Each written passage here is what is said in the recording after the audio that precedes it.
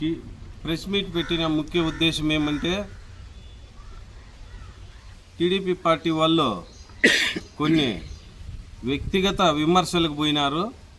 ఏదన్నా డెవలప్మెంట్ గురించి మాట్లాడదామంటే అది మంచిదే, కానీ ఫస్ట్ మీరు వ్యక్తిగత విమర్శలు చేసేసి ఇంకా మాట్లాడకూడదని మేము ఇతూ చెప్తున్నాము అని అంటారు. అది మీకు మంచిదే అని అడుగుతాండా.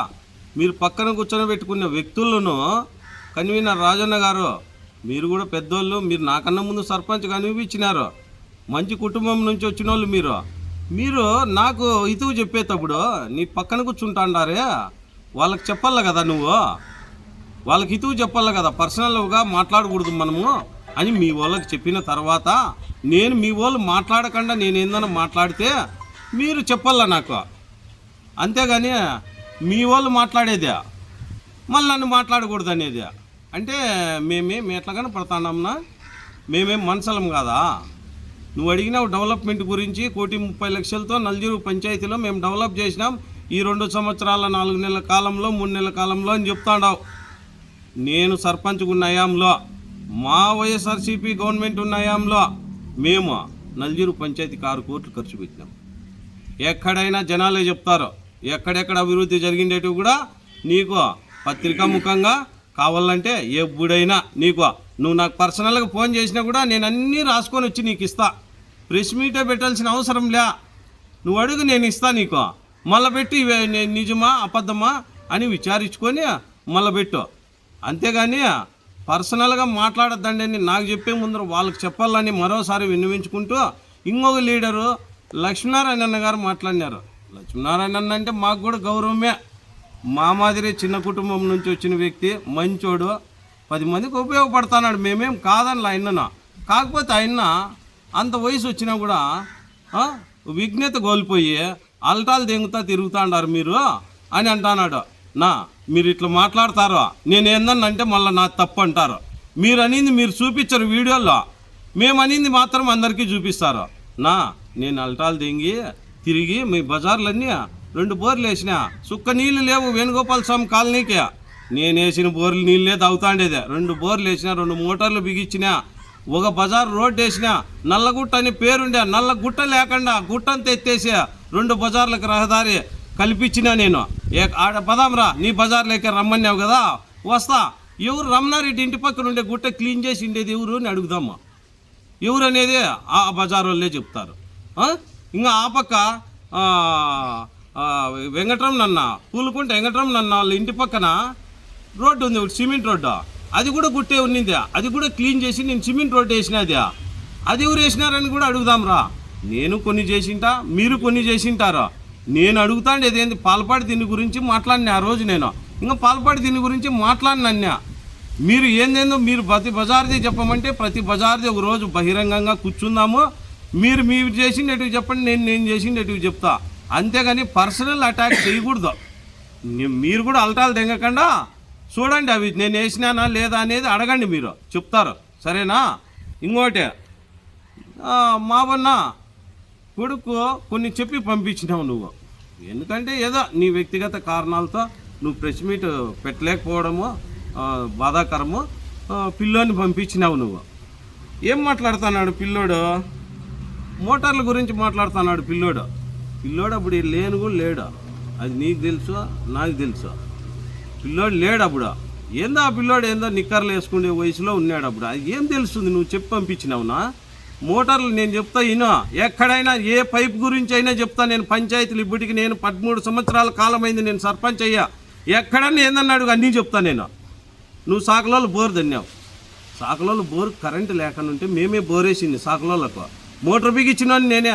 కరెంటు లేక మీ గవర్నమెంట్లోనే, మీ టీడీపీ గవర్నమెంట్లో కరెంటు డిపిఐ లేక మీ వాళ్ళు అది అట్లే ఖాళీగా ఉంటే ఆ రోజు మేము గమ్మున ఇంక దిక్కు తెలక అప్పుడు ట్రాన్స్ఫార్మర్లు పెట్టించే ఇది మాకు లేక మేము బోర్ వేసినాము, వేస్ట్గా అయిపోయిందని అనుకుంటా. అంటే నాకు దీపావళి అప్పుడు వీవర్స్ కాలనీ వాళ్ళు అందరూ నా దగ్గరికి 30-40 మంది వచ్చినారు. వచ్చి బోర్ వేయలేరు అవి ఇట్లా మాకు చాలా నీళ్ళు ఇబ్బందిగా ఉందంటే ఇటుకు బట్టి శ్రీరాములన్న వాళ్ళ దానికాడ బోర్ వేసినాము. దీపావళికి 2 రోజుల ముందు బోర్ వేసినాము. బోర్ వేస్తానే మోటార్ గాళ్ళు అన్నారు. మోటార్ గాళ్ళు అంటే ఆలోచించినాం. అడిగినా నేను అందరినీ, అన్న ఆడ ఒకటి ఖాళీగా ఉంది, మీరందరూ సమ్మతిస్తే పోయి ఆ బోర్ మోటార్ తీసుకొని వచ్చాము, దీనికి బిగిద్దాము, మన కాలనీకి ఇబ్బంది లేకుండా ఉంటుంది, పదామన్నా అన్నాం. సరేలే అన్నారు. అందరూ వచ్చినారు, వీవర్స్ కాలనీ వాళ్ళు చాలా వరకు వచ్చినారు. ఆ ఫోటోలు కూడా ఉన్నాయి నా దగ్గర, ఎవరెవరు వచ్చినారు అనేది కూడా ఫోటో తీసినా నేను. ఆడ మోటారు ఎత్తి వీటికి ఎత్తకొచ్చి వాళ్ళ సమక్షంలోనే ఏడు దింపినా. ఇంకోటి సాదిమల్కాడు బోర్ అన్నావు. సాదిమల్కాడు బోర్ 12 పైపులు ఉండే, మోటార్ తరుంగా కండపోతే ఆ బోర్లో నీళ్లు లేకుండా పోతే ఆ 12 పైపులను మేము 6-2 దింపినామా. 12 పైపులే ఉన్నింది ఆడ. అది ఆటికి అయిపోయినా. ఇంకోటి ఏమడిగినాడు నీ కొడుకు,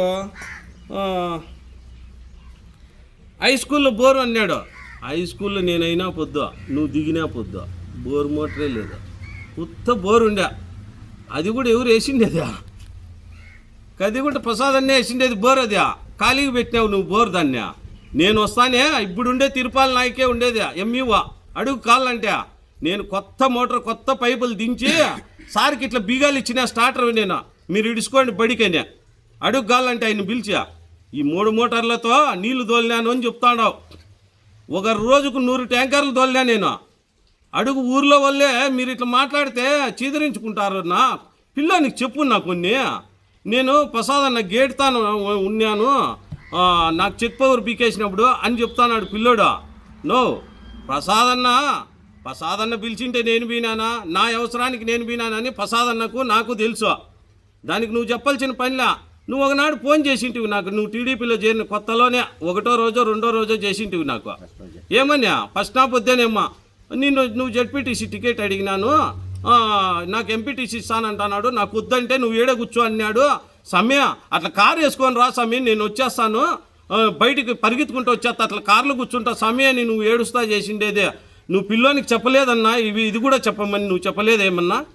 అది కూడా నువ్వు చెప్పకుండా మాది మాత్రం చెప్పి పంపించి నీది చెప్పొద్దేమన్నా? మళ్ళీ ఇంకోటి నెంబర్లు కూడా పెట్టుకోలేరు అని అంటాడు. ఒక పార్టీలో ఇప్పుడు నేను మండల కన్వీనరే ఉండొచ్చు, నేను కూడా ఒకనే పెట్టలేను. నేను పార్టీ అందరూ కూర్చొని అందరం చర్చించుకొని ఎవరు బజార్లో వాళ్ళని అందరినీ అడిగి పెట్టేదే. ఇప్పుడు 5వ వార్డులో మేకల రవణమ్మని ఉంది, నిన్ను చూసి నిలబడింది అమ్మ. నన్ను చూసి నేను మా అక్కని అడుక్కుంటే నిలబడిండేది. ఇంకోటి కూడా అడుగుతాను, మావున్నా నవీసా ఉన్న మా అన్న సొంతం నా దగ్గర పుట్టకపోయినా నాకు మా అన్న ఎప్పటికీ మా అన్న నా కష్టకాలంలో అండున్న వ్యక్తి మా అన్న అయిపోయి నవీసావన్న. నువ్వు పోయి అడిగితే ఆయన నిలవల్లా, నేను పోయి అడుక్కుంటే ఆయన నిలబడిండేది. ఆయన జీవితకాలము ఆయనకు రుణపడి ఉండా నేను, ఇప్పి నవీసావన్నకి రుణపడి ఉండా నేను. నువ్వు కాదు పెట్టిండేది. ఈడ ఈ బజార్లో వేణుగోపాల్ స్వామి కాలనీలో నెంబర్ ఎవరు నా పెట్టిండేది? కాదరులు మామ పెట్టిండేది, బోనాలు కాదరులు మామ పెట్టిండేది. ఈ వర్స్ కాలనీలు ఎవరు పెట్టిండేది నెంబర్ తెలుసునా? భాస్కర్నా. మేము మాకుండే విశ్వాసంతో మేము పెట్టుకోండేది. నువ్వు కూడా 1, 2 నువ్వు కూడా పార్టీ పెద్దగా ఉన్నావు, నువ్వు కూడా పెద్దోడు. మా ఆయన చెప్పేది ఇందా, మా ఆయన కూడా 2, 3 చెప్తా అంటే మా ఆయన మాట కూడా ఆలకిద్దామనే ఉద్దేశంతో మేము కూడా ఒప్పుకుంటాము. ఆ పొద్దు ఒప్పుకుంటాము. ఏదైనా కానీ కొత్తగా పార్టీ వచ్చినప్పుడు నిలబడేకి భయపడతారు. మనము ఇదే గీతా మందిరంలో నీ కొడుకు పెట్టినాడు కదనా, అదే గీతా మందిరంలో మనం అందరము కార్యకర్తల మీటింగ్ పెట్టాం. కార్యకర్తల మీటింగ్ పెట్టినప్పుడు ఏం చెప్పినారు? నిన్నుండు నాన్నం మేము. అయ్యో స్వామి నాకు పై కూడా ఆరలా, వద్దు స్వామి 2 సార్లు అంటే చాలా ఇబ్బంది అవుతుంది, గెలిచలేము, నువ్వు ఉండు అన్నావు. అందరూ నన్ను ఉండమన్నారు. నాకు వద్దున్నా, నేను రేపు పొద్దున్న నేను వేరే దానికి పోతాను, నాకు వద్దున్నా, నేను పిల్లోని సర్పంచ్గా నాకు వద్దున్నా అన్నా. నాకు బలవంతం చేసి వైఎస్ఆర్ పార్టీ కార్యకర్తలందరూ ఎవరూ లేకుండా పోతే ఇబ్బంది అవుతుందనే ఉద్దేశంతో అందరూ నాకు పెద్ద మనుషులు అందరూ నువ్వు ఉండు రవి అంటే ఆ రోజు నేను లేచి, అన్న మీ అందరి కోరిక మేరకు నేను ఉంటా, నా తాను డబ్బులు లేదు, 2-3 రోజులు డబ్బులు చూసుకుంటాను, ఆ తర్వాత మనం ప్రచారానికి పోదామని నేను ఆడ కళ్ళ నీళ్లు పెట్టుకొని చెప్పినప్పుడు కార్యకర్తలంతా మేమున్నాం, నువ్వు భయపడదు, మా పనులు పార్టిసిపేట్ చేస్తామన్నారు. నీ ఒక్కంతోనే గెలుపు సాధ్యమవుతుంది ఏమన్నా? మొత్తం వైఎస్ఆర్ కాంగ్రెస్ పార్టీ కార్యకర్తలు, నాయకులు, పల్లెల్లో ఉండే వాళ్ళంతా నాకు సహాయం చేసి, టౌన్లో ఉండే వాళ్ళంతా నాకు సహాయం చేసి, టౌన్లో కూడా 20 ఓట్లు మెజార్టీ వచ్చినాయి నాకు. నువ్వు అన్నా, నువ్వు నీ కొడుకు నీ చెప్తానని నువ్వు చెప్పలేదన్నా, నేను ఓడిపోయినానని నువ్వు మధ్యలో లేచి వెళ్ళి ఇంట్లో పండుకునేవు నువ్వు. అది చెప్పలేదన్నా నువ్వు నీ కొడుకు? నువ్వు మధ్యలో లేచి వెళ్ళిపోయిండేదా? నేను నా తమ్ముడు మాత్రం ఉండామన్నా లోపల, వాళ్ళు 20 మంది ఉండారన్నాడా? ఎవరన్నా ఉండారేమో చెప్పున్నా? ఎవరు లేరు, నువ్వు కూడా లేవు. నేను ఓడిపోయినానని వెళ్ళిపోయినావు నువ్వు. మా ధైర్యంతో, మా గుండె ధైర్యంతో మేము నిలబడుకొని మేము ఆడ డిక్లరేషన్ ఫామ్ తీసుకొని వచ్చిండేది మేము. నువ్వు లేవు అప్పుడు, మళ్ళీ వచ్చిండేది నువ్వు. మేము గెలిచినామని చెప్పిన తర్వాత నువ్వు వచ్చిండేది. అది నీ కుటీల బుద్ధికి, నీ నీచ రాజకీయానికి అది ఒకటి ఉదాహరణ. నువ్వు ఏం చేసినావు మాకు అనేదానికి ఉదాహరణ. నా ఇంకోటినా నెంబర్లు పెట్టలేము అని అన్నావు. నువ్వు నిలబడి నా పొద్దు నెంబర్లో మా మామ నరసింహుల నాయుడు. నీకు రాజకీయ అవగాహన లేదు, నువ్వు రాజకీయ నాయకునివి కాదు. మా మామ నరసింహుల నాయుడు, మా మామ నరసింహారెడ్డి, మా మామ వెంకటరెడ్డి, ఇట్లా మా ఊర్లో మా మామ శివారెడ్డి, ఇట్లా వాళ్ళంతా ఉప సర్పంచ్ శివారెడ్డి, ఇట్లా వాళ్ళంతా మా కమ్మోరుపల్లి సూర్యనారాయణ రెడ్డి, ఇట్లా మా మామగారు, నా బంధువర్గము, మా మామగారు అంతా కలిసి మా పార్టీకి, కాంగ్రెస్ పార్టీకి ఆ రోజు పెద్దగా ఉన్నాడు ఆయన నరసింహుల నాయుడు. పెద్ద ఆయన అని పిలుచుకుంటాం మా మామను. అట్లా ఓడు నీకు రాజకీయ భిక్ష పెట్టినాడు. వాళ్ళు ఆపొద్దు నెంబర్లు పెట్టుకొని నువ్వు నిలబడిందివా. అట్లా ప్రతి ఒక్కరూ నిలబడేటప్పుడు కొత్తగా అందరూ సహకరిస్తేనే అయ్యేది. నువ్వు సహకరించింటావు. నీకు మేము 2 సార్లు సహకరించినాం. జడ్పీటీసీకి నువ్వు ఓడిపోయినావు. మూలాన్నకు టికెట్ ఇచ్చినారు అందరూ. మేము కూడా మూలాన్ని వెనకబడి పోదాం అనుకున్నాం. నన్ను మా వాడిని పిలిచినావు, నా తమ్ముని ప్రవీణ్. ఏడిచినావు నువ్వు. ఇంట్లో ఏడుంటివి అప్పుడు, ఢిల్లీ వాళ్ళ ఇంట్లో ఉంటివి. పిలిచి ఏడిstiవి. మీరు వెళ్ళిపోతే ఎట్లా సమ్మె, మీరు బావాజీ కట్టలే కదా నాకు కూడా, మీరు బిడ్లో ఎట్లా సమ్మె, నువ్వు వెళ్ళిపోతే మీరు కూడా పోతే నాకు ఎవరు సమ్మె అంటివి ఏడిసివే. మాకు ఆ రాజకీయం మేము లేకుంటే పని మా ఇన్న కాలం మా వాడిని అనుకుంటాం. నీ వెనకాబడి ఉన్నాం. ప్రమాణం చేయండి ఇది తప్పని. నీ వెనకాబడే ఉంటాం మేము. ఆ పొద్దు అంజినప్పుడు నీ వెనకాబడి ఉన్నాడు, ఈ పొద్దు అంజినప్పుడు నీ వెనకాబడి ఉన్నాడు. ఆయన కూడా గుర్తుపెట్టుకో పాపమ. ఆయన కూడా అన్యాయం జరగకుండా చూసుకో. మేమున్నాం. ఆ పొద్దు కాంగ్రెస్ పార్టీ అంతా వైపు పోతే నీ వెనకాబడి నిలిస్తే మళ్ళీ నీకు టికెట్ వచ్చేదానికి మేము కూడా దోహదపడితే. మూలన్నకు అన్యాయం జరిగే పాపం, ఆయనకు అన్యాయం జరిగా. నువ్వేమో ఆ గాల్లో ఆ జడ్పీటీసీ ఓడిపోయినారు పాపం ఏడుస్తున్నాడని అందరికీ చెప్పి ఓట్లేసి నేనైనా ఏడ్చేదే, నువ్వైనా ఏడ్చేదే, అందరం ఒకటే. పర్సనల్ వద్దున్నా. ఏంటికి నా పిల్లోనికి చెప్పున్నా. నువ్వు మాట్లాడిన ఏందన్నా ఉంటే నీకు తెలుసు. ఆ పిల్లోనికి ఏం తెలుస్తుందినా? ముందు నా సిమెంట్ దన్నా, నా సిమెంటు మా కథ ఉండిన్నా. ఒకవేళ నువ్వు మమ్మల్ని దొంగలు, రైతులంతా దొంగలు అని చెప్పినావు. నువ్వు హౌసింగ్ సిమెంట్తో నేను రోడ్లు వేయలేదని చెప్పున్నా. నువ్వు వేయలేదా హౌసింగ్ సిమెంట్తో? కరే రవిత అనుకోని వచ్చేసినావా సిమెంట్? నువ్వు వేసినావు, అందరూ వేసినారు. గ్యాలేదా ఎవరు హౌసింగ్కి అందరూ ఎత్తుకొని పోయినారా? ఒకరు కాదా. తెలుగుదేశం వాళ్ళు ఎత్తుకుపోయినారు, బీజేపీ వాళ్ళు ఎత్తుకుపోయినారు, వైఎస్ఆర్ కాంగ్రెస్ వాళ్ళు ఎత్తుకుపోయినారు, అందరూ ఎత్తుకుపోయినారు. మేము తెలియని వయసులో మాకు అంతా ఇంత రాజకీయ పరిజ్ఞానం ఉన్నప్పుడు మేము కొందరు తాను నిలబడుకునేప్పుడు కొందరు ఎత్తుకొని పోయింటారు. దానికి దీనికి మాకు అంటగడితే ఎట్లా? నా ఇల్లు కట్టినా ఈడ దీనికి నేను ఒక మూట సిమెంట్ వాడలేదు గవర్నమెంట్దే అని ప్రమాణం చేస్తా. నువ్వు చేయన్నా, నువ్వు ఒక రోడ్డు వేయలేదు, ఆ రోడ్లకు నేను ఒక మూట వాడలేదని చేయన్నా. నా మాట్లాడుకునేది వద్దు, ఎత్తేసుకునేది వద్దునా. మీరు మాట్లాడతారా? నన్ను మాట్లాడొద్దని నాకు ఫోన్లు చేపిస్తారా? అట్లా ఎవరన్నా ఒప్పుకుంటారేమన్నా? మమ్మల్ని దొంగలు చేసేసి నువ్వు నిలబెట్టేసి నువ్వు నిజాయితీ పరు నన్ను నిరూపించుకోవాలని చూస్తే మేము కూడా చెప్పాలి కదనా. నువ్వు ఏమేమి చేసినావు ఏమనేది మేము కూడా చెప్పాలి కదా. నీళ్ళ గురించి చెప్పినాడు. నేను బావాజీ నా 3 మోటార్లు డ్యామేజ్ జరిగినాయి, ఎత్తకపోయి అమ్మేసినాడు రవేనా. దానితో 3 ట్రిప్పులు తోలొచ్చు కరెంట్ ఇవి నీళ్ళు అన్నాడు. నా ₹1 కోటి నేను ఖర్చు పెట్టిండేది. నల్లజీరు వాళ్ళని ఎవరినన్ను అడిగి రా బస్మన్న కట్టకాడికి పోదామా, ఎవరైనా సరే బీదోళ్ళకి అందరికీ దున్నిచ్చిన ఫ్రీగా 40 లక్షలు పెట్టి దున్నిచ్చిన భూమిలో ఎక్కడన్నా ఉంది చరిత్రలో, ఇండియాలో లేదా ఫ్రీ వ్యవసాయం పెట్టినా. నా యోగ్యతకు ఒక సాధారణ రైతు కుటుంబం నుంచి వచ్చినోడు ఒక బీద రైతు ఫ్రీగా సేద్యం పెట్టినా, ఫ్రీగా నీళ్లు పెట్టినా. ఎన్నాళ్ళు తోలినా తెలుసునా? ఎనమలాలపల్లె నేను ఊర్లోకి పోదాంపా చూసుబా. 6 నెలలు పెట్టినా నేను ట్రాక్టర్ ఆడా, మీరు తోలుకోండి. నేను పులిమలపల్లికి పోదాంపా, పట్రోలపల్లికి పోదాంపా. నీళ్ళ ట్యాంకర్లు రాలేదని చెప్పుదాము. ఏడన్నా కానీ నీకు అధికార బలం ఉంది. ఇప్పుడు నీకు భయపడి కొందరు చెప్పలేకపోవచ్చు. నువ్వే చూసినావు కదా నా కళ్ళతో ఎన్ని ట్రాక్టర్లు తిరుగుతాండేది. దున్నేకి 30 పెట్టినా, నీళ్లు తోలేకి 14 ట్రాక్టర్లు పెట్టినా. ₹1,00,00,000 ఆ కాలంలో ఖర్చు పెట్టినా. 2019లో ₹1,00,00,000 ఖర్చు పెట్టినా నేను నా సొంతం లెక్క. ₹1,00,00,000 ఫండ్స్ కూడా రావు కదన్నా మన నెలజరువుకు. అప్పుడు ఆ కాలంలో ₹1,00,00,000 ఫండ్స్ కూడా రావు. ₹1,00,00,000 అయిపోయిందంటావు నువ్వు. చెప్పు నా పిల్లోనికి తెలదు పాపమా. కొన్ని నేర్పించున్నా మనము డెవలప్ చేయాలనుకున్నప్పుడు నా బిడ్డకు కానీ నీ బిడ్డకు కానీ మనం కొన్ని పద్ధతులు ఏం చేయాలా, ఏమే కూలోళ్ళకు మేము లెక్క ఎగరదింగినాము అని చెప్తాన్నాడు ఆ పిల్లోడు ఇండైరెక్ట్గా. అదే కూలోళ్ళు మేము రైతులు ఏం చెప్తారంటే పంటలు సరిగ్గా పండినప్పుడు 10 రోజులకి ఇస్తాం, 15 రోజులకి ఇస్తామని చెప్తారు. రైతు రైతు అయినా మండలంలో సేద్యం చేసే వాళ్ళకి అందరికీ తెలుస్తుంది. 10 రోజులు 15 రోజులు లేటుగా ఇచ్చేది ఆనవాయితీ. రోజు వచ్చే వాళ్ళకి చెప్పుకుంటారు, చెప్పుకొని ఇస్తారు. అది ఎగరదింగినట్లు కాదు. నువ్వు నీ కోసము నీ ఆపకాయలు వేసుకురాను, ఇదే నీ కొడుకు పోయినాడు. వస్తా యాక్సిడెంట్ అయ్యి పాపము యూపీ వాడో బీహార్ వాడో అన్యాయంగా చనిపోతే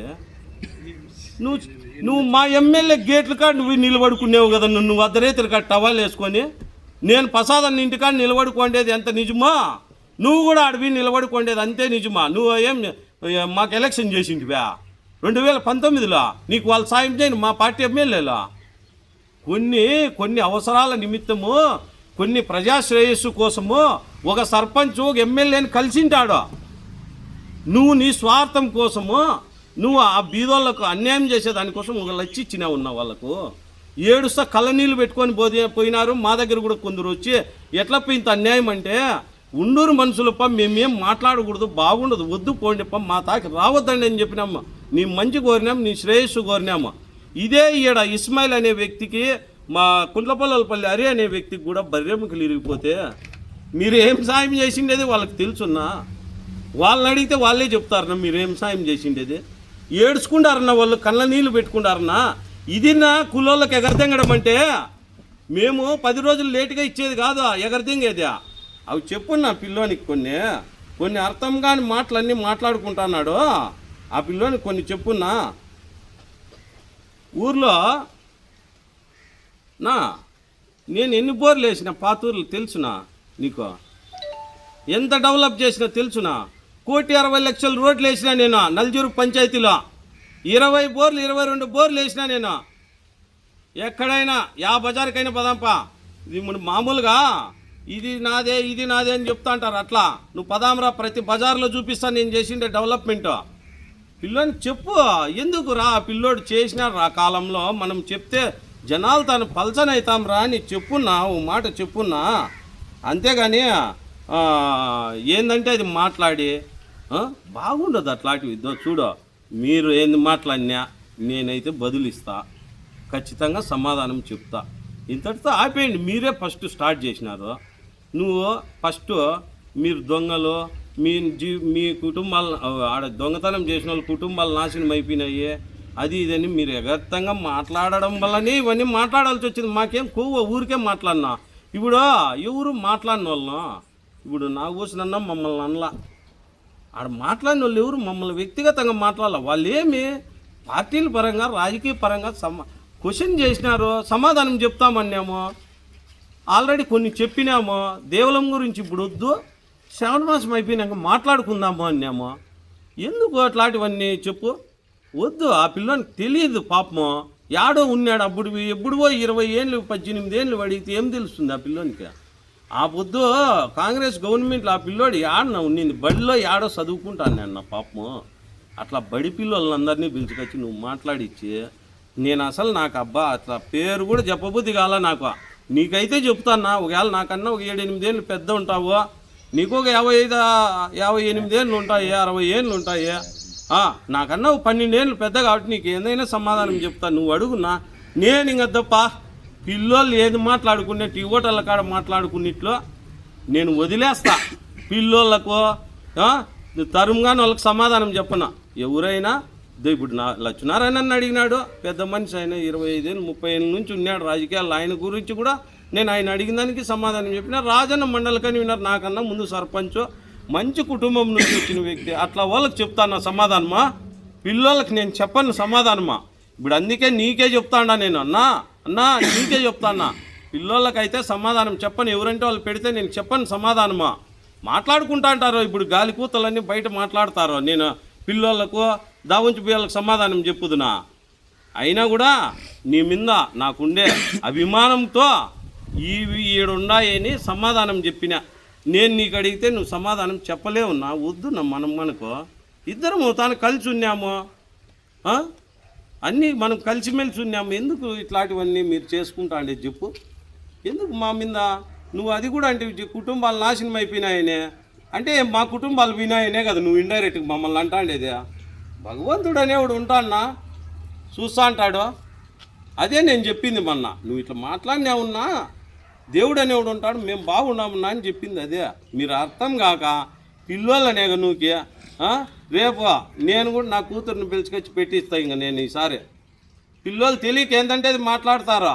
ఇప్పుడు నీ కొడుకు మాట్లాడినట్టు తెలుసుకోండి నా. వద్దు అనవసరంగా ప్రసాదం నన్ను ఎందుకు లాగుతావునా పర్సనల్ విషయాల్లో? ఏమవసరం చెప్పు?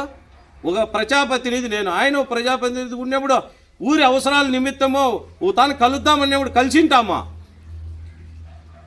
అంతేగాని వేరే దురుద్దేశాలు లేవు. నా పార్టీకి మీకు ఇలా, మీ పార్టీ నాకు ఇలా. పార్టీలు అందరూ మారింటారు, మారినోడు ఎవడు లేడు. అట్లాంటివన్నీ నువ్వు చెప్తా నేను నిలిపేద్దాం. దయచేసి నేను ఈ మీడియా ముఖంగా కోరుకుంటా ఉండేది, నేను పిల్లోళ్ళకి సమాధానం చెప్పను. ఎవరైనా వ్యక్తిగత విషయాలు మాట్లాడితే నేను కూడా వాళ్ళ వ్యక్తిగత విషయాలు మాట్లాడతానని శుభాముఖంగా తెలియజేసుకుంటూ ఈ అవకాశం ఇచ్చిన నల్లజీరు వైఎస్ఆర్సీపీ కుటుంబ సభ్యులందరికీ ధన్యవాదాలు తెలుపుకుంటున్నాను.